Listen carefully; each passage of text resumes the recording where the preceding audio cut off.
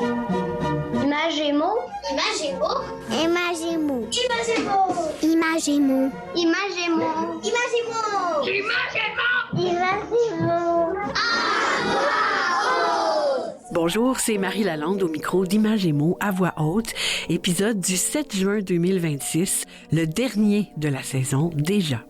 Encore une fois, je suis bien heureuse de donner la parole aux créateurs qui écrivent les livres pour les jeunes, à des enseignants qui placent la littérature jeunesse au cœur de leur travail, ainsi qu'à des étudiants, des étudiantes, lecteurs et lectrices qui se prêtent radiophoniquement au jeu. L'épisode d'aujourd'hui sera teinté du thème de la lecture pour les jeunes et les adolescents. Aujourd'hui, en seconde partie d'émission, Marie-Josée Gontier de l'organisme Le Liseur Public nous parle de l'importance de la lecture à voix haute et de lecture pour les adolescents. Je m'entretiens également avec l'auteur Jean-François Sénéchal qui écrit autant pour les plus petits que pour les plus vieux. Mais d'abord, en première partie, on rencontre Vicky Grenier et 4 de ses étudiants et étudiantes de 4e secondaire de l'école Robert Gravel. Avec eux, on parle du projet de vidéo et de Padlet qu'ils réalisent pour faire connaître des livres pour des lecteurs plus petits du CSSDM et de ce qu'ils aiment lire eux-mêmes pour le plaisir. Encore une fois, tout plein de livres et de choses à découvrir sur la littérature jeunesse, parce que dans les livres jeunesse, il y a des images, il y a des mots qu'on lit et dont on parle ici à voix haute.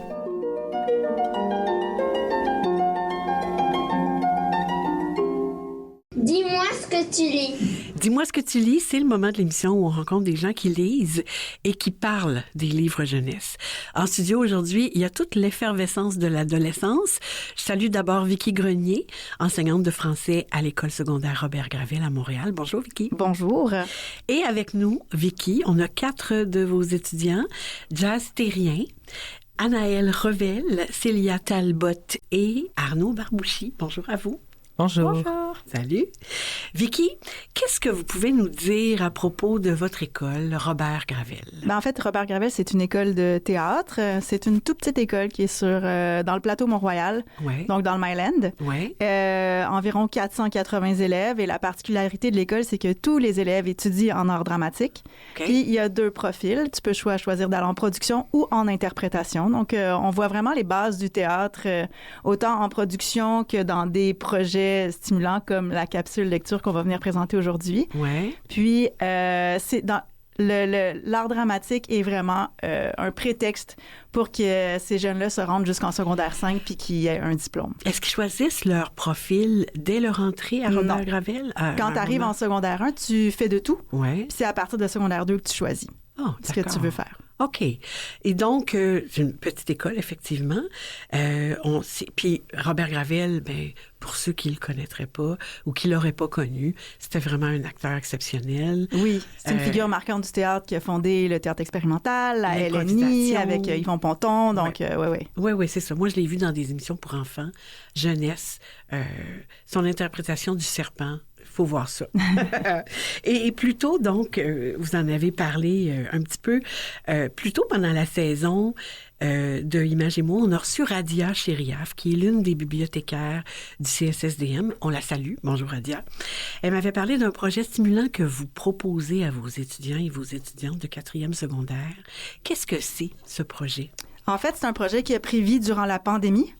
Pendant la pandémie, tous les jeunes étaient à la maison, ce qui fait que la CSSDM avait demandé des capsules lecture faites par les élèves. Donc, de la maison, les élèves faisaient des présentations de livres jeunesse qui étaient envoyés aux enseignants du primaire, puis eux, ils pouvaient les passer à leurs élèves en virtuel. Puis, moi, quand je suis arrivée à Robert Gravel il y a 4 ans, j'ai décidé de reprendre le projet puis de le faire encore, même s'il n'y avait plus de pandémie. Ce qui fait qu'on travaille le jeu devant la caméra en même temps. Donc, ils apprennent des notions de jeu d'acteur. Puis, l'objectif, c'est vraiment de présenter des livres jeunesse pour des enfants du primaire. Donc, ces livres-là ont été choisis par les bibliothécaires du CSSDM. Ensuite, les élèves, eux, ils choisissent le livre qu'ils ont envie de présenter, puis ils doivent créer une capsule vidéo avec un langage adéquat pour l'élève qui va recevoir la capsule. Là, parce qu'il s'adresse aux enfants. Il s'adresse directement aux enfants de maternelle, première, deuxième jusqu'à 6e année. Donc, voilà, on fait ça en classe. Puis après ça, moi, je distribue les capsules aux bibliothécaires. Puis elle les partage par un Padlet que tous les enseignants du primaire ont accès. Okay. Ça s'appelle Biblius. Oui, c'est ça. Ouais. Ben, en fait, Biblius, c'est la plateforme pour emprunter les livres jeunesse. Ouais. Et on va reparler tout à l'heure de leur plateforme, celle des bibliothécaires. Je vais mettre le lien, d'ailleurs, sur le site de l'émission pour les auditeurs, les auditrices, parce que c'est accessible à tout le monde. Puis, parlez-moi de la préparation, la réalisation, l'enregistrement de ces vidéos qu'on retrouve sur le site des bibliothécaires du CSSDM. Ben, ils font un gros travail. Ils sont en équipe de 2. Premièrement, ils choisissent le livre. Donc, il y a une période entière où est-ce que tous les livres sont dans la classe. Okay. Puis les élèves ne font que lire les livres pour finalement en choisir un. Mm-hmm. Puis ensuite, ils doivent écrire la capsule, la filmer et la monter. Donc, ils font eux-mêmes leur montage. Puis après ça, moi, je la partage aux bibliothécaires. Aux bibliothécaires, ouais. C'est ça. Et il y a tout le volet de la communication orale, évidemment, qui est travaillé là-dedans. Évidemment. On a choisi 3 extraits de ces vidéos que vous avez produites. Évidemment, on n'a pas l'image, là, parce qu'on est à la radio, on n'a que le son, mais ça nous donne une très bonne idée. Alors, on va entendre en rafale d'abord Jazz Terrien, qu'on a ici en studio, et Willow Mekis, qui font la promotion de l'album Sophia et le marchand ambulant de Katia Canciani et Antoine Després. Ça, c'est publié au 400 coups. Ensuite, on va entendre Célia Talbot et Mila Damé, qui parlent de l'album Le nez du bonhomme de neige d'Elisabeth Eudes Pascal. Ça, c'est aussi édité au 400 coups. Et finalement, on va entendre Anaëlle Revel avec Maïko Michaud-Duguay qui présente l'album Les galettes de grand-maman d'Émilie Planck, publié chez Québec Amérique. On écoute. Regarde le livre. Waouh, les images sont tellement belles! Eh oui, il m'a été recommandé par les bibliothécaires de la CSSDM. Je comprends pourquoi. On commence l'histoire? Oui! C'est l'histoire d'une jeune fille qui s'appelle Sophia. Le jour de sa fête, elle a qu'un seul vœu, de rencontrer le marchand ambulant, Tullio. Mais malheureusement pour elle, elle ne peut rien acheter. Mais c'est correct, parce que Tullio lui fait découvrir des nouvelles mélodies, des nouvelles odeurs, des nouvelles saveurs, et même des nouvelles textures. Ils deviennent vraiment meilleurs amis. Mais, malheureusement, quelque chose arrive. Un jour, Tullio ne passe plus. Quoi? Mais pourquoi? Eh ben, c'est à toi à découvrir. T'as juste à lire le livre. Mila, viens voir mon bonhomme de neige. Oh, il est donc bien cool, ton bonhomme de neige. Ah, ben, il n'y a pas de carotte. C'est pas un vrai nez de bonhomme de neige, ça? Mais les bonhommes de neige, ils n'ont pas besoin de carottes. Coucou les amis, moi, c'est Mila. Et moi, c'est Célia. Nous sommes des élèves de 4e de secondaire à l'école Robert Gravel. Aujourd'hui, nous allons vous présenter un livre qui nous a été recommandé par les bibliothécaires du Centre des services scolaires de Montréal. Le livre s'appelle Le nez du bonhomme de neige, écrit par Eudes Pascal et édité par les 400 coups. Le nez du bonhomme de neige, c'est l'histoire de 2 garçons qui font un bonhomme de neige. Mais il y a un problème, ils n'ont pas de carottes. Comme nous tantôt, Célia. Oui. C'est l'histoire de Léna, une petite louve qui aime beaucoup les galettes de sa grand-mère. Un jour, la petite fille se retrouve forcée de déménager dans un autre pays et donc de se séparer de sa grand-maman. Arrivée dans son nouveau chez elle, Léna doit s'adapter à un nouvel environnement et à de nouveaux amis quelque peu différents d'elle. Wow, ça a l'air super intéressant. Je vais en lire un petit bout. Un jour, grand-maman est revenue de l'épicerie et elle avait un air inquiet. Il n'y avait plus de farine. D'autres jours, c'était le sucre qui manquait. Maman aussi revenait de plus en plus du marché des pâtes vides. Mon pays avait changé et ne se ressemblait plus. Les rues étaient devenues désertes, tristes et parfois dangereuses. Des voisins étaient partis à la recherche d'une vie meilleure. Allô, je m'appelle Anaëlle Et je m'appelle Maïko, et nous sommes 2 élèves de secondaire 4. qui est étudiant à Robert Gravel. Alors moi, ce que j'ai beaucoup aimé de l'histoire Les galettes de grand-maman, c'est avant tout le message que ce livre-là veut faire passer. Je trouve qu'au Québec, dans une société aussi multiculturelle que la nôtre, c'est important d'aborder le sujet de l'immigration en général. Puis je trouve que Émilie Planck a particulièrement bien réussi à aborder ce sujet-là d'une façon ludique pour les jeunes, puis que c'est une histoire qui est très importante de raconter puis de transmettre. Ah, qu'est-ce que ça vous fait de vous entendre ou de vous réentendre? Jazz, Célia et Anaëlle. Commençons par Jazz. Alors, c'est sûr que je sens un petit malaise parce entendre ta voix, mais autre que ça, je suis quand même fière de ce projet-là. Fait que entendre ma voix, ça fait juste me rappeler des souvenirs que j'ai eus avec Willow en le faisant. Oui. On était chez moi, ça a pris du temps, on a trouvé ça vraiment drôle, surtout que c'était ma petite sœur qui filmait. Ah oui? Fait que juste me rappeler de ça, ça me fait juste me rappeler des souvenirs. Mais c'est sûr que je trouve ça drôle. C'est drôle de s'entendre. Hein? Ouais, oui, c'est ça. Puis qu'est-ce que tu en penses, Anaëlle? Moi, je dirais que c'est un petit peu comme Jazz. Je suis un peu mal à l'aise sur le coup, mais je trouve que c'est toujours intéressant ce que j'ai dit. Oui. En fait, je garde la même position que j'avais à l'époque où j'ai fait le projet, puis je pense que j'ai encore le même avis que l'avis que j'avais à cette époque-là sur ce livre-là. Sur le livre dont vous avez parlé. C'est ça. C'est bon. Excellent. Puis Célia, toi, qu'est-ce que ça te fait de te réentendre comme ça? Moi, personnellement, je fais juste penser au fait que j'ai eu beaucoup de plaisir à faire ce projet-là. Tout le processus était vraiment intéressant de pouvoir faire une capsule vidéo pour les plus jeunes. Mm-hmm. Puis juste de m'adresser à des plus jeunes, j'ai trouvé ça vraiment intéressant parce que ça fait que tu dois changer un peu ton intonation de voix et tout. L'ajuster parce que le destinataire, effectivement, est plus jeune que toi. C'est ça. Puis juste tout ce processus-là, j'ai bien aimé. Oui, c'est bon. Bien, sur le site des bibliothécaires, dans cette section-là, qui s'appelle « La lecture, une bouchée de plaisir » et qui s'adresse aux élèves, mais aussi aux enseignants. Il y a donc des suggestions pour tous les cycles du préscolaire et du primaire, Vicky, vous l'avez dit tantôt. Et pour chaque livre, on trouve un descriptif, des informations à propos des créateurs, des pistes pédagogiques en plus d'une vidéo avec vous, qui en fait la promotion. Comment vous avez trouvé ça de parler d'un livre qui a été écrit pour les plus petits de cette façon-là? Vous avez choisi le livre. Comment vous avez trouvé ça de parler d'un livre qui est fait vous n'êtes pas les lecteurs ciblés, Jazz? Moi, j'ai écrit aussi un livre pour les plus jeunes. OK. Donc, pour moi, en fait, quand j'ai fait mon launching, si je peux mettre entre guillemets, tu remarques que le monde a plus de questions que ce que tu penses, même quand c'est un livre pour enfants. En fait, surtout quand c'est un livre pour enfants. Ouais. Parce que les enfants, même des phrases plus simples, il n'y a pas tout le monde qui apprend à la même vitesse. Donc, je trouve ça très important aussi. Je trouve même pour des livres d'adolescents ou d'adultes, de mettre comme des petites descriptions ou de rajouter plus d'informations sur le livre. Je trouve que c'est même... Penser à ton lecteur. Oui, exact. C'est ça. Je trouve que ça change beaucoup plus l'histoire. Tu es plus prêt à... Tu sais, comme mettons, quelqu'un me propose un livre puis qui me raconte un peu... Quand je lis le livre, je pense à ce que la personne m'a dit et c'est beaucoup plus simple la lecture après de relire. Comme point de vue. Quelqu'un d'autre, un avis là-dessus? Comment vous avez trouvé ça de faire ce projet-là pour ces lecteurs plus petits?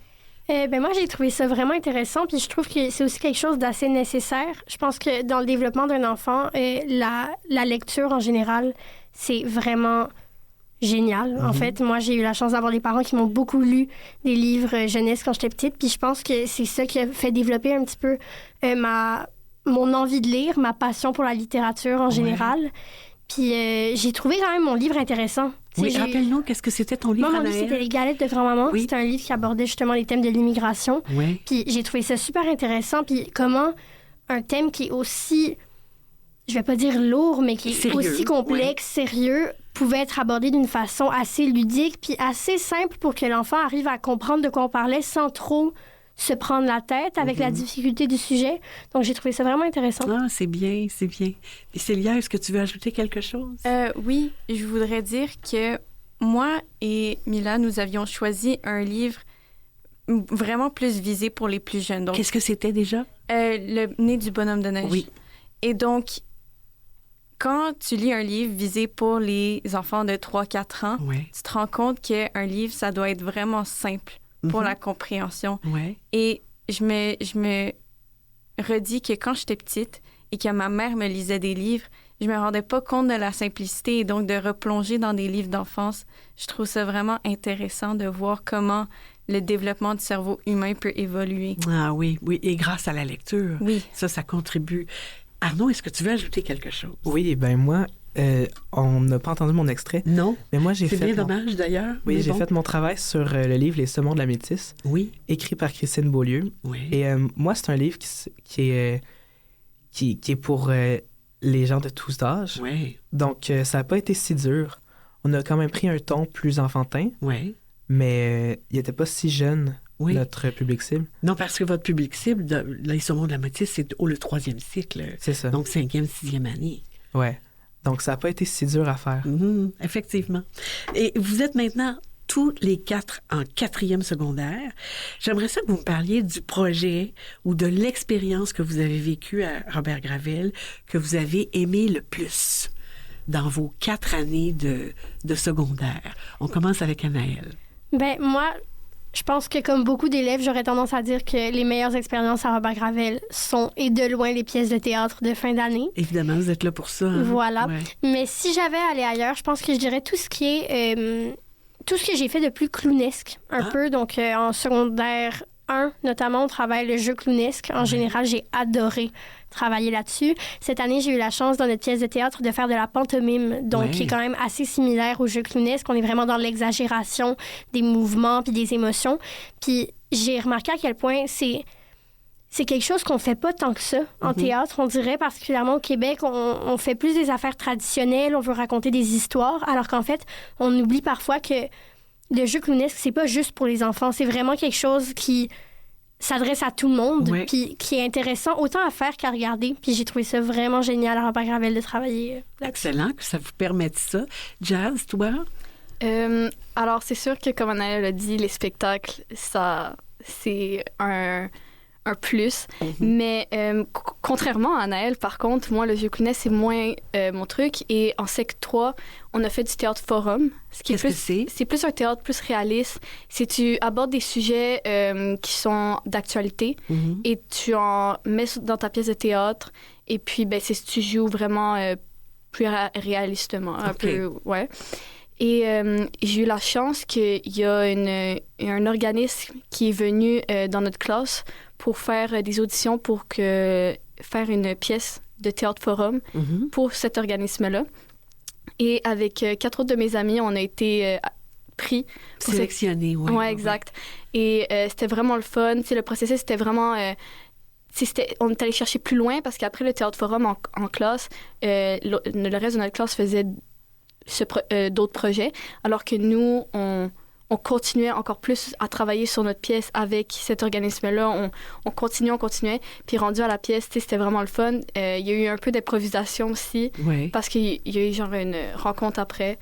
Mais moi, je pense que c'était mon meilleur projet à Robert Gravel. D'accord. Puis Arnaud, toi, ton meilleur projet ou plus belle expérience? Ben moi, je pense que c'est la pièce qu'on a créée avec Vicky l'année passée. Oui. On a écrit une pièce, toute la classe ensemble, qu'on a jouée à la fin de l'année. Donc, vous avez fait tout le processus, là, du début à la fin de création. On a imaginé la pièce, on a écrit la pièce et on l'a jouée. Wow, ça, c'est formidable. Puis vous avez eu un succès avec cette pièce? Oui. Good. Ben oui. D'accord, merci. Puis Célia? Moi, personnellement, l'affaire que j'ai le plus aimée à Robert Gravel, c'était pas vraiment face au projet qu'on a fait, mais c'était plus... apprendre à se dégainer un peu. Ah oui, faire sa place. Oui, parce que, mettons, avec Vicky, par exemple, avant les cours, on fait souvent des échauffements où on fait un peu... ça nous arrive où elle nous demande de faire comme si on était un lieu, puis on se promène comme un lieu. Ouais. Et donc, la plupart des gens, ils auraient peur de se ridiculiser devant les autres, mais... En faisant des échauffements comme ça, on apprend à se dégainer. Et ça va nous aider pour les spectacles qu'on fait plus tard. Évidemment. Et dans la vie de tous les jours. Et dans la vie pour toutes sortes d'occasions ou d'événements. C'est super, ça. Moi, j'aimerais, parce qu'on est une émission sur la littérature, j'aimerais que vous me parliez de ce que vous aimez lire vous-même pour le plaisir. Je voudrais que vous nous fassiez une suggestion de lecture, que vous nous proposiez un de vos coups de cœur de lecture. Commençons avec Arnaud. Oui, bien moi, le livre que j'ai choisi d'amener aujourd'hui, C'est Les pires moments de l'histoire, écrit par Charles Beauchesne. Ah oui, d'accord. OK. En fait, c'est tiré d'un balado. Oui. Où il fait... C'est le même concept, mais dans le livre, il prend des moments qu'il a utilisés... En fait, ce qu'il a écrit pour des plus petites capsules. Oui. Et qui n'ont pas été réutilisés après, donc ils les utilisent dans le livre. Et c'est illustré par Xavier Cadieux aux éditions Front Froid. Front Froid. Ouais. OK, d'accord. Et puis, toi, tu as choisi ce livre-là. Pourquoi? C'est ton coup de cœur? Je trouve que c'est un livre très drôle et qui nous apprend beaucoup sur l'histoire de nous, des humains. Oui, hein? Ouais. En fait, c'est la particularité de Charles Beauchesne, de parler d'histoire et d'en faire un événement un peu théâtral. Ouais. Et il joue. Et on rit beaucoup avec Charles Beauchesne. Il raconte très humoristiquement. Oui. C'est sa force. On aime beaucoup Charles Beauchesne. On le salue. Toi, Anna, Jazz, tiens, on passe de ton côté. Qu'est-ce que tu nous suggères, toi? Alors, moi, j'aime pas mal toutes sortes de livres. Je lis beaucoup. Je me considère quand même comme une grosse lectrice. Mais, tu sais, je lis beaucoup de romans. Je lis aussi des classiques. Mais moi, je vous propose aujourd'hui Hygiène de l'assassin de Amélie Nothomb. OK. Ça parle d'un auteur, en fait, qui est très prétentieux, c'est un homme qui aime la gloire, la victoire, qui aime se sentir au-dessus du monde. Il rabaisse beaucoup le monde pour lui, pouvoir se lever. Mm-hmm. Et puis, c'est 5 journalistes qui s'en vont l'interroger. Et les 4 premiers, ils en reviennent traumatisés. Ils sont comme, qu'est-ce que je viens de vivre? Cette personne-là est affreuse. C'est vraiment... Puis on voit un peu ce qu'il leur a dit et tout, entre eux, leur conversation. Puis c'est vraiment intéressant, voir les 2 points de vue. Ouais. Et puis la dernière journaliste, elle, c'est une femme et elle s'en va comme un peu le confronter. Elle a pas peur de lui. Et là, je dirais pas la fin, évidemment. Non. Mais c'est une fin qui est surprenante. Moi, j'ai jamais lu de Amélie Nothomb. Je me confesse ici publiquement. Est-ce que c'est un livre que je pourrais utiliser pour entrer dans l'œuvre de Amélie Nothomb? Ou tu me suggérerais autre chose? Moi, c'était pas le premier livre que j'ai lu de Amélie Nothomb. On a lu Mercure en français l'année passée, ce qui, moi, personnellement, m'a fait rentrer dans Amélie Nothomb. OK. Fait que peut-être que je conseillerais ça avant. Passer par le même chemin que toi. Mais Mercure, c'était très, très bon aussi. C'est sur en fait, c'est sur le syndrome Stockholm. Oui, d'accord. OK, c'est bon. Alors, j'irai voir. Merci pour la suggestion. Anaëlle, tu prends le relais? Oui. Alors, moi, le livre que j'ai choisi d'apporter aujourd'hui, c'est Même pas morte de Geneviève Rioux, qui a été produit aux éditions Stanké. Oui.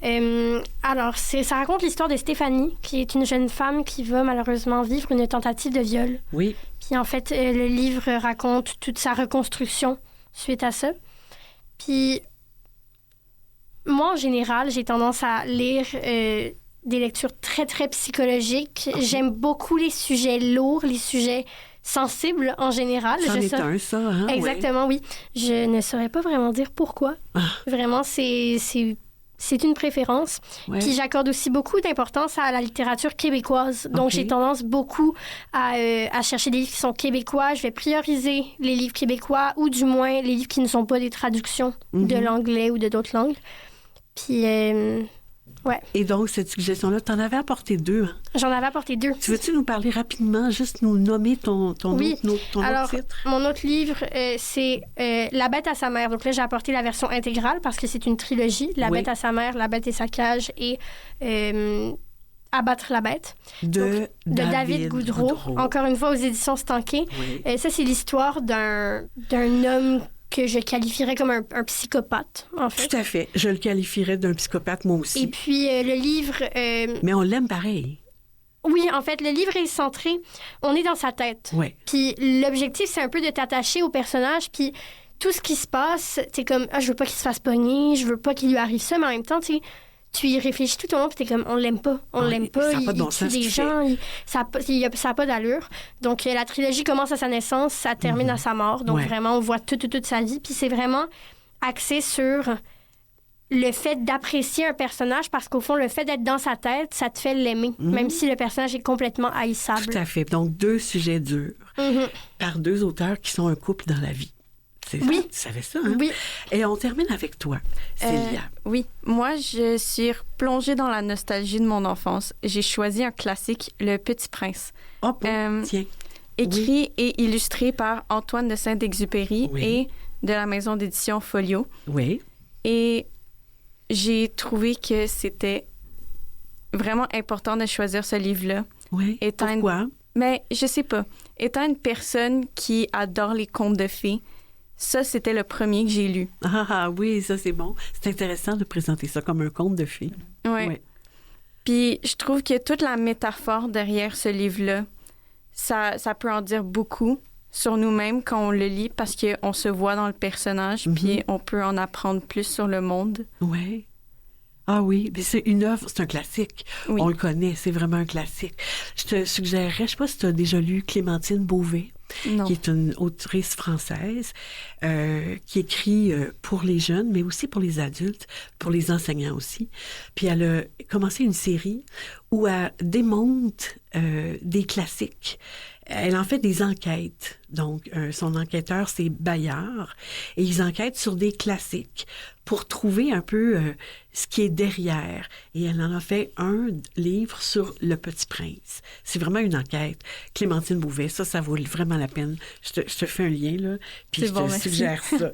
Écoutez, on aurait pu jaser des heures et des heures, mais le temps étant ce qu'il est, et il file ce temps. Je vous remercie. Merci à chacun de vous. Merci Jazz Terrien, Anaëlle Revel, Célia Talbot et Arnaud Arbouchy. Je vous souhaite une fin d'année à la hauteur de vos espérances et un été rempli de plaisir parce que vous méritez vraiment beaucoup ça. Merci beaucoup à tous les 4. Merci. Puis merci également à vous, Vicky Grenier. Félicitations pour ce projet formidable qui permet ce lien solide entre la lecture, l'écriture, la communication orale, de même qu'un pont original entre la lecture, les lectures des petits et les talents de vos étudiants, vos étudiantes, tout en mettant la lecture en valeur. Merci beaucoup. Merci de l'invitation. Au plaisir.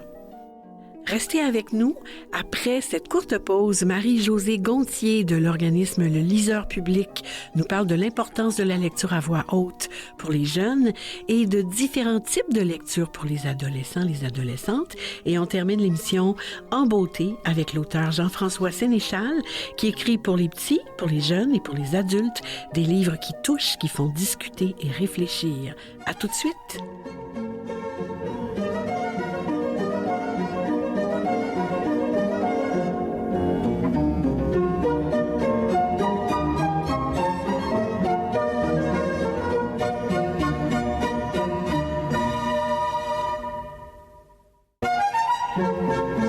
Bienvenue à cette seconde partie d'Images et mots à voix haute.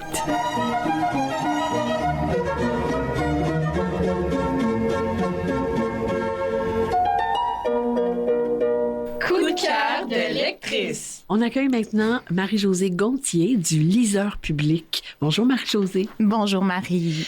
Vous êtes Marie-Josée, lectrice, animatrice du Liseur Public. C'est un projet de lecture ambulante offert pour les événements, les organismes. Vous créez des interventions et des ateliers pour donner ou redonner le goût de lire, principalement aux gens de 16 à 35 ans. Vos lecteurs bénévoles se faufilent dans des événements afin d'offrir de courtes lectures ludiques, créatives et spontanées. Et aujourd'hui encore, comme l'an dernier, vous avez la gentillesse d'assurer une chronique et de nous faire quelques suggestions, cette fois davantage pour des lecteurs, lectrices adolescents, adolescentes. On vous écoute. Oui, effectivement, Liseur Public, c'est un projet du CJE Hochelaga Maisonneuve. Ouais. Donc, on va vers les publics éloignés et la lecture à voix haute est dans notre mission dès le début parce que notre clientèle, on a constaté que le point de la lecture, des fois, quand c'est difficile, ça peut être un frein pour tellement de démarches dans la vie. Je voulais juste rajouter ce petit petit complément d'information Essentiel. à la présentation. Essentiel. Donc oui, j'ai des suggestions de lecture adolescente et en même temps, vu que j'ai eu la chance d'entendre les élèves de Robert Gravel il y a quelques instants pendant l'enregistrement, je voulais leur dire bravo pour leur initiative, le projet que je trouve tellement porteur de sens de mettre des albums jeunesse dans les mains d'adolescents qu'on peut se dire « Ah, c'est plus la clientèle, mais il n'y a pas d'âge pour un album jeunesse. » Donc, le fait qu'ils se les approprient, qu'ils les mettent en scène, qu'ils s'amusent avec ce type de livre, je trouve ça un bijou. Et aussi, ça nous rappelle que autant ados, adultes peuvent être touchés. C'est pas juste pour les enfants, les albums jeunesse. Donc, bravo vraiment au groupe d'Annick, si je me trompe pas. Merveille. De Vicky. De Vicky. De Vicky Grenier. De Vicky. Je me rappelle le nom des 4 jeux. Et je trouvais ça intéressant aussi, leurs suggestions, entre autres, Anaëlle, qui a parlé de Même pas mort de Geneviève Rioux. Je trouve ça beau comment un livre qui est aussi... dur sur le cœur, honnêtement. C'est très particulier ce que Geneviève Rioux a traversé et ce qu'elle met en mots dans ce roman. Et je trouve ça bien qu'une adolescente de secondaire 4 accroche à ça. On lit selon notre niveau de lecture aussi. Donc, le fait qu'elle a une curiosité d'aller vers ce type d'œuvre-là et aussi la série Ta mère, La bête à sa mère de David Goudreau, je trouve ça incroyable. Puis aussi les versions audio qui sont le fun à explorer. Donc, quand les ados prennent le temps de nous parler des livres qui les accrochent, je trouve qu'il y a tellement moyen de tisser des liens, de donner le goût de lire comme tu as fait avec eux tantôt. Puis je me dis, multiplions ces conversations-là cet été parce que ça fait toute la différence. Puis aussi, lire varié, lire autant des romans, des documentaires, du théâtre. Il y avait aussi Le Petit Prince qui a été mentionné par Célia. Je trouvais ça incroyable. Les Saumons de Christine Beaulieu aussi. Aussi, exactement, qui est un album illustré par Caroline Laverne qui est un pur bijou, que c'est intergénérationnel, ce livre-là, et le fait aussi que ça a été mis en pièce de théâtre qui roule encore cet été. Donc, il y a moyen de lire le livre et ensuite aller voir la pièce, peu importe l'âge. Donc, puis Jazz aussi, qui a parlé du livre qu'elle-même a écrit. Oui, ça, c'est vrai. Je l'ai pas relevé tout à l'heure durant l'entrevue, mais sur le site de l'émission, on va avoir les détails. Mettre le lien, tout à fait. Et aussi, comme tu as avoué, Amélie Nothomb, moi non plus, j'en ai lu un il y a très longtemps, et là, à l'entendre parler, j'étais comme, faudrait que j'y retourne. Faut relire ça. Ouais. Exact, faut essayer, puis en plus, elle a des livres qui sont plus courts que longs aussi par moment, avec Amélie Nothomb, qui a une productivité incroyable. Dithyrambique. Ça n'a aucun sens. Donc, j'y vais avec mes suggestions de lecture et j'espère pas manquer de temps parce que j'ai un autre truc à vous dire. Donc, j'aime ça dire lire varié, comme je viens de vous mentionner. Ce que j'ai entre les mains, les 3 livres que j'avais le goût de mettre sur votre radar, il y a entre autres une pièce de théâtre. Retour à Laval d'Olivier Sylvestre, qui est paru aux éditions Hamac Théâtre. Ici, on est dans un monologue. L'auteur, en partenariat avec la compagnie de théâtre Fêlé, a fait un projet pour mettre de l'avant l'intimidation dans une forme théâtrale. Donc, il y a eu l'aspect médiation aussi pour le sujet qui est très fort, très nécessaire qu'on en parle toujours plus pour éviter des situations comme ça. Donc, notre personnage principal est l'invité d'honneur pour les retrouvailles. C'est lui qui fait le discours d'accueil pour les gens. Et là, il revient sur lui, son passé, pour aussi faire réfléchir les gens à l'époque qu'il fréquentait. Dans son école secondaire. Dans son école secondaire, exactement. Les retrouvailles, je pense que c'est 15 ans ou 20 ans. Ma mémoire fait défaut. Ça s'est pas bien passé pour lui à l'époque. Exactement. Et les gens n'étaient pas conscients de ça. Donc là, mettre en lumière, lui, son passé, son expérience, qui, encore une fois, est vibrante d'authenticité, de sensibilité, de revenir comme ça, de parler d'intimidation. J'ai adoré comment Olivier Sylvestre a abordé le sujet. Ça vaut vraiment la peine de lire autant les ados, les adultes. Ensuite, je vois le temps qui passe. Le temps passe toujours trop vite. Une autre collection que je me dis, quand je dis lire différents genres littéraires, il y a la collection Apprivoisée qui est parue chez même Parfum d'encre. Entre autres, il y a Apprivoiser la politique, que ça, c'est premier livre, non, pas le premier livre parce qu'il y en a écrit d'autres, mais de Catherine Fournier, la mairesse de Longueuil. Et il y a aussi Apprivoiser l'argent de Marianne Spire qui est paru en 2026. Donc, quand on est curieuse, quand on veut se sentir mieux outillé sur des sujets tels que l'argent et la politique. J'ai hâte de voir les autres titres qui vont faire paraître aussi par Fernand. Ben, je trouve ça hyper bien fait. C'est vraiment, moi-même, j'apprends des choses. Je pense que des adolescents, des adultes, ils vont avoir un bon moment de lecture, mais pas un moment de lecture juste divertissant, un moment de lecture qu'on se sent mieux outillé dans la vie. Exactement. Et utile. Super. Et une troisième suggestion. Une troisième suggestion de la poésie, parce que de la poésie, on sait, c'est plus court, mais en même temps, ça peut nous faire vivre tellement d'émotions. J'y vais là, au moment de l'enregistrement, on est encore en mode série hockey. Donc, qui sait qu'est-ce qui va se passer? J'ai le titre Repêché qui est paru chez La Courte Échelle de Sophie Dora Swan, que là, on a un personnage principal qui passe à qui change de niveau de ligue, dans le fond, et là, ça se passe pas aussi facilement que ça à quoi il s'attendait. C'est beaucoup d'adaptation. C'est pas évident avec les autres joueurs qui sont plus vieux que lui. Donc, je vous lis le 4e de couverture rapidement. Une nouvelle équipe de hockey, un coach effrayant, des coéquipiers à apprivoiser. Un vertige qui fait perdre confiance. Dans Repêché, un jeune garçon découvre que chaque transition amène son lot de bouleversements desquels on ressort inévitablement grandi. Un recueil qui illustre avec sensibilité que les plus grandes victoires n'ont pas toujours lieu sur la glace. Alors, de la poésie et du sport en même temps, ça, c'est magnifique. Oui. C'est un pur bijou que je recommande à tous les âges. Alors, on a eu le temps pour vos 3 suggestions. Wow, je pensais pas. Bien, on y a réussi, on est arrivé, vraiment, bravo. Merci Marie-Josée, très hâte de vous retrouver. Moi, dans un prochain salon ou dans un événement qui met les livres en valeur auprès des jeunes, puis on va mettre toutes vos suggestions sur le site de l'émission. À très bientôt, Marie-Josée. Merci. Immense merci, Marie. Bon été. Merci, à vous aussi. Je m'appelle Isaïe, j'ai 14 ans. Mon dernier livre coup de cœur, c'est le tome 0 de la série Les Chevaliers d'Émeraude par Anne Robillard. J'ai beaucoup aimé ce livre-là parce que j'ai beaucoup aimé découvrir ce qui s'est passé au temps du premier ordre des chevaliers.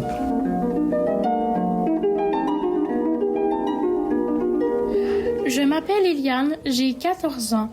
J'aime me faire lire des livres car cela me permet de me mettre dans l'ambiance et de m'imaginer les scènes dans ma tête.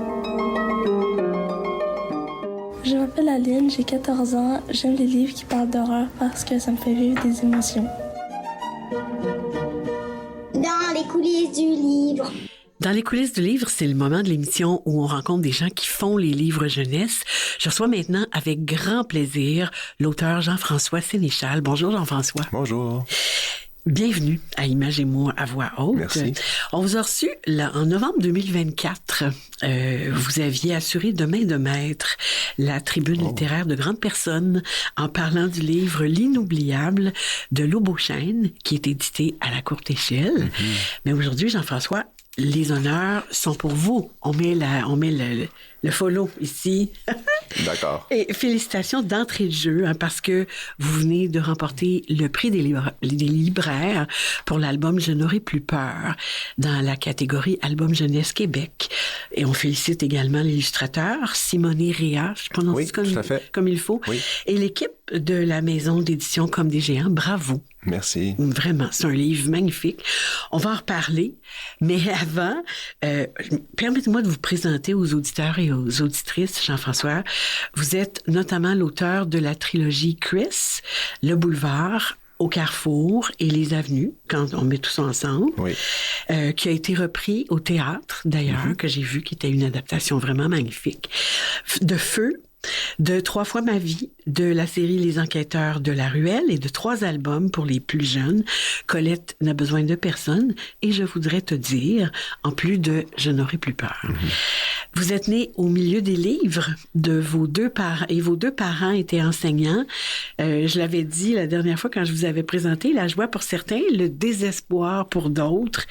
Pour vous, est-ce que ça a été la joie ou le désespoir d'avoir 2 parents enseignants? Ben, écoutez, surtout de la joie, d'avoir accès à ces livres, d'avoir accès, ces 2 personnes qui étaient férues de culture qui nous amenait au théâtre, au cinéma, au cirque. Alors, oui, c'est ça. La maison était remplie de livres. Alors, très tôt, j'ai eu accès. C'était des passionnés de littérature jeunesse. Alors, bon, je suis pas tombé très loin de l'arbre, on pourrait dire. Mais c'était pas un poids, alors?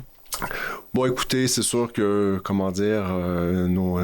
les parents souhaitent toujours que leur enfant réussisse bien à l'école, d'autant plus des parents, des pédagogues. Ouais. Mais je n'étais pas un très bon élève. Je n'étais pas très assidu. Non. J'étais plutôt, un peu dans ma tête, un rêveur. Okay. Voilà, j'étais un rêveur, on pourrait dire ça. Ouais. Oui, je me suis rattrapé par la suite au cégep, à l'université, mais l'enfance et l'adolescence, ça a été moins facile de ce côté-là. Puis quel genre de lecteur vous étiez, enfant, puis ensuite adolescent? J'aimais beaucoup lire, cependant. J'aimais beaucoup écouter un peu de tout. J'aimais beaucoup les livres documentaires, les romans, les albums. Donc, autant la fiction que les livres d'information pour apprendre. Oui. Puis au secondaire, j'aimais beaucoup la poésie, j'aimais beaucoup les poètes maudits, j'aimais beaucoup l'horreur, tout ce qui était très sombre. J'aimais aussi les grands auteurs français. Je découvrais plein de choses, en fait, à partir de, disons, la fin du secondaire. Là. OK. Donc, un adolescent noir, un peu. J'étais très joyeux, mais j'aimais bien cette esthétique, disons, ténébreuse. Là. Oui, ça, c'est un style particulier. C'est un style, oui, tout à fait. Vous avez d'abord obtenu un bac en sciences et ensuite une maîtrise en anthropologie. Votre mémoire de maîtrise est publiée en 2006 et portait sur le mythe révolutionnaire du duvalierisme. Oui, c'est très pointu et particulier. Oui, vous savez, les maîtrises, les mémoires de maîtrise, les thèses de doctorat, c'est tout le temps très précis, très pointu. Une question très pointue, ça. Et en 2010, vous publiez un premier roman jeunesse chez Le Méac, La mémoire des ombres. Qu'est-ce qui vous a fait passer, j'ai mis passer entre guillemets, du monde des sciences à celui de la littérature dans ces années-là? Oui. Je dirais qu'avant tout, ce qui relie tout ça, c'est l'écriture qui m'intéressait. Puis la lecture, si on prend la lecture au sens large, en sciences sociales, en sciences humaines, on est beaucoup dans la lecture, mais d'autres types de textes que de la littérature. L'écriture aussi m'intéressait, puis j'ai toujours été un lecteur. J'ai continué à lire, la littérature pendant mes études. Mais pour ce qui est de l'écriture comme telle, de textes littéraires, j'aime raconter l'histoire qu'en fait, j'étais au doctorat, j'étais censé partir en Haïti faire ma collecte de données. Jean-Bertrand Aristide, à l'époque, a dû quitter le pays, un coup d'État. Et j'ai pas pu partir en Haïti, en fait. Il y avait beaucoup de violence à l'époque, d'enlèvement, tout ça. Alors, j'ai décidé de gentiment rester chez moi, mais je me retrouvais dans une situation un peu difficile. Quoi faire? Comme un cul-de-sac, oui, en quelque sorte. Est-ce que je change de sujet? Puis je me souviens du moment, là, j'étais à la table de la cuisine chez l'ami qui m'avait prêté une chambre. Vraiment, j'avais plus une scène. J'étais désœuvré. Et je me suis dit, tiens, je pourrais écrire un roman. Alors, je suis devenu écrivain parce que finalement, je m'ennuyais par désœuvrement, encore une fois. Donc, voilà. Bon, je blague un peu, là, ça m'a toujours intéressé, l'écriture. La littérature. J'écrivais de la poésie, depuis l'adolescence. Mais c'est rare que c'est un plan A. Oui, c'est ça. C'est devenu l'écriture un plan A à ce moment-là, disons. En fait, est-ce que c'était vraiment un plan? Je pense que quand on commence à écrire, on se dit, je vais tenter quelque chose, on voit si ça fonctionne, et puis ça fonctionne, peut-être on peut continuer ou pas. Alors voilà. Mais pour notre plus grand plaisir, ça a fonctionné, tant mieux. Bon. Vraiment. Oui, merci. Et plusieurs de vos livres mettent en scène des adolescents. Vous abordez des préoccupations sociales qui vous touchent vous-même. Là, j'en nomme quelques-unes. La quête de justice sociale, de liberté, d'égalité, l'expression de la souffrance dans différentes formes d'art. Ça, c'est intéressant. L'espoir, la solidarité, la vulnérabilité des plus jeunes, la guerre, l'intimidation, la confiance en soi, la résilience, le courage, la prise de parole, la mort, la vie, le rapport aux autres. Ça, c'est très, très important. Ouais. La lecture de vos livres habite longtemps les jeunes lecteurs, après, même les plus vieux. Pourquoi les adolescents vous intéressent-ils? C'est une période extraordinaire de la vie où il y a tellement de... L'horizon est magnifique à cet âge. C'est aussi un horizon un peu angoissant parce qu'il y a tellement de possibilités. Puis souvent, on sent que cet horizon est bouché. Mais en fait, non, c'est pas vrai. Il y a encore plein de... En fait, j'aime le voir comme ça, hein, comme un moment de choix important où tout est possible, en fait. Puis tout est intense. Tout est intense aussi.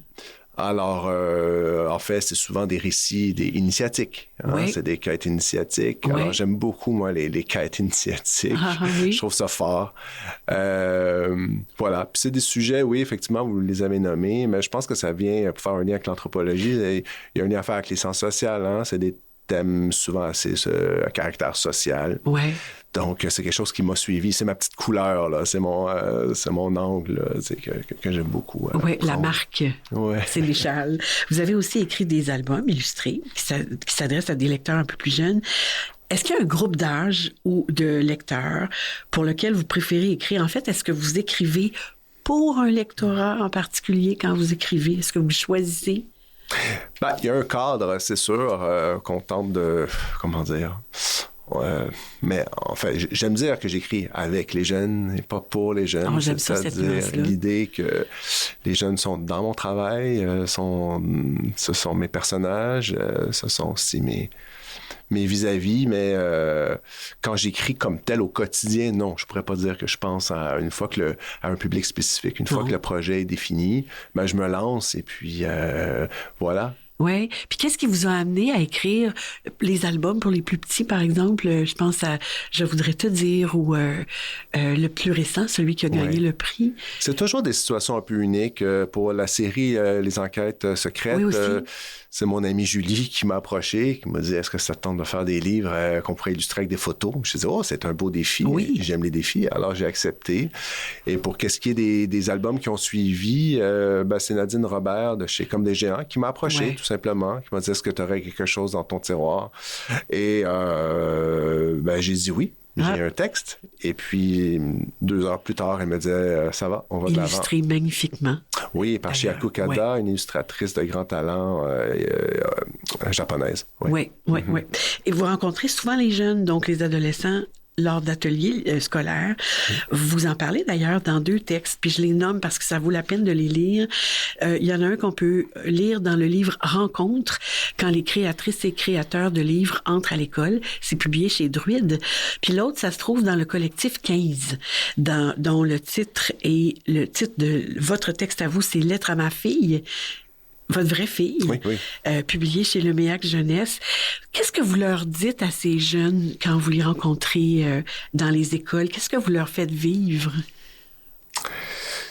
C'est pas une question facile parce qu'il y a tellement de choses à dire, en fait. Tu sais, c'est difficile de mettre vraiment de spécifier là, certains aspects, mais je pourrais dire un peu parler d'écriture. Ça consiste en quoi?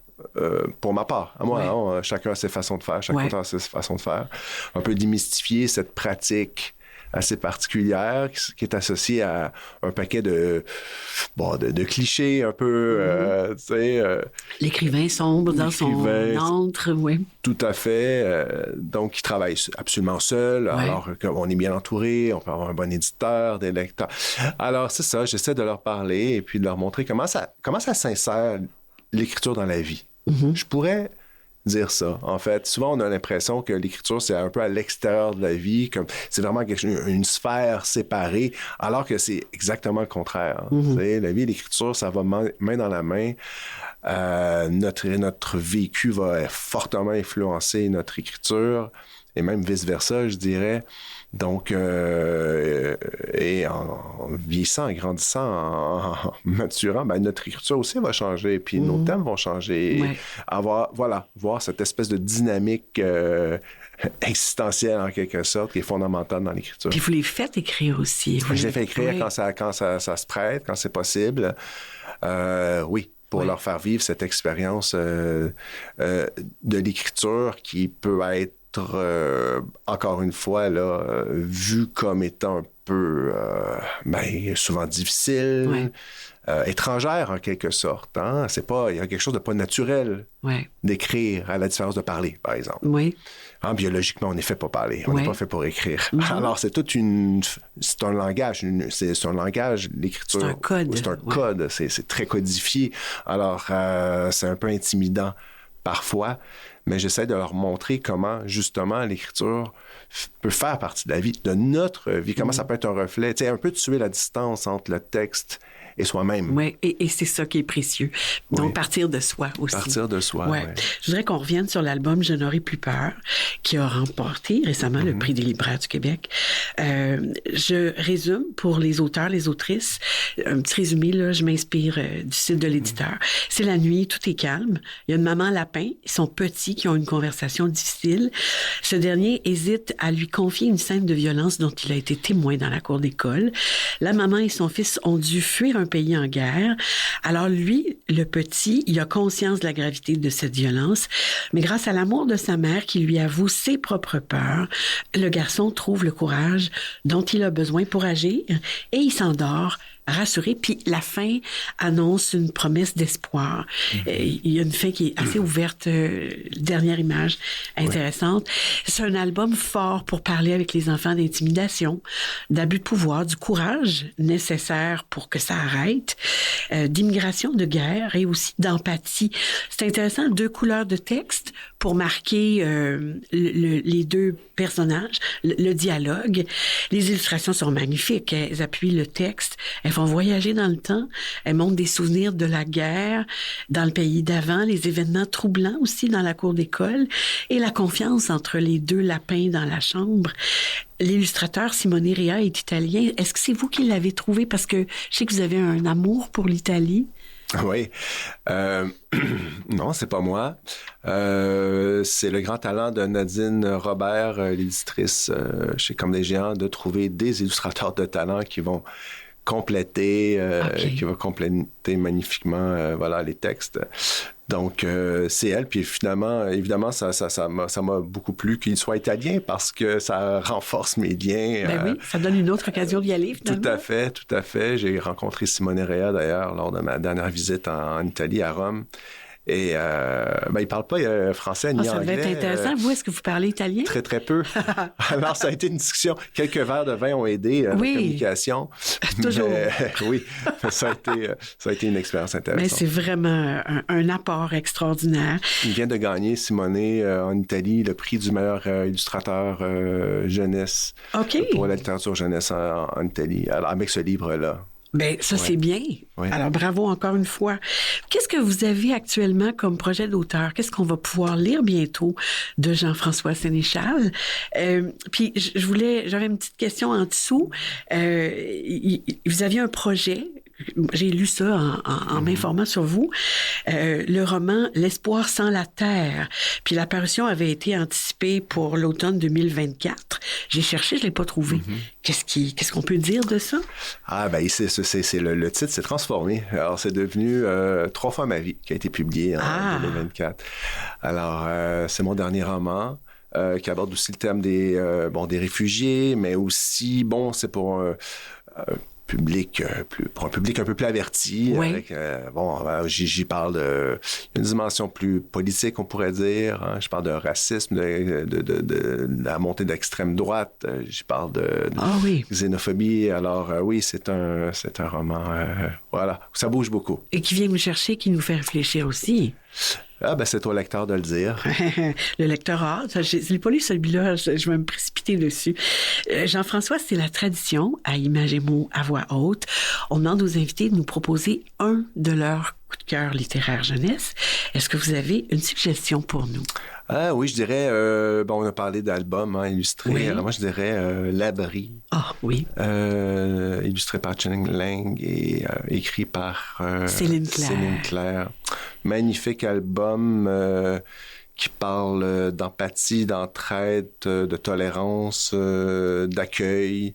Oui. Alors, il y a des liens à faire avec Je n'aurai plus peur. Tout à fait. Mais je rêve de travailler avec Chen Lang. Donc, c'est magnifique ce qu'elle fait. Ah oui, magnifique. Alors, je me croise les doigts. Oui, un jour. Toronto, c'est pas si loin, c'est là qu'elle habite. Non, puis je l'ai rencontré là, à la remise du prix du Valeur général il y a quelques années. Donc, ah oui, alors ça serait une belle occasion. Hein? Oui, on a le goût de travailler ensemble, mais il faut juste trouver la bonne occasion. Et le bon angle. Et le bon angle, oui. Ah ben, alors on va mettre le lien vers votre suggestion et vers d'ailleurs aussi tous vos livres sur notre site. Je voudrais vous remercier, Jean-François Sénéchal, pour cette rencontre. C'est déjà... Vite.